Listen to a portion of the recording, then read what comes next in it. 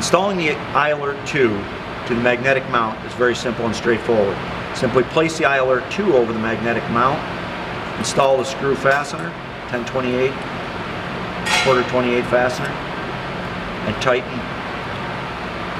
hand tighten. Then using a torque wrench,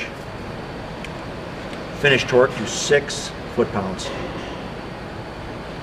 Then install the I-Alert 2 with the LEDs aligned with the shaft of the rotating. If any rocking motion is detected, you may simply remove the I-Alert 2 from the magnetic mount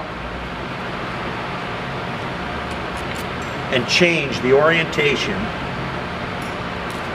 of the magnetic poles with the base by unscrewing the screw that holds the magnet to the base, adjusting the orientation, and retightening the screw. Then reinstall the I-Alert 2.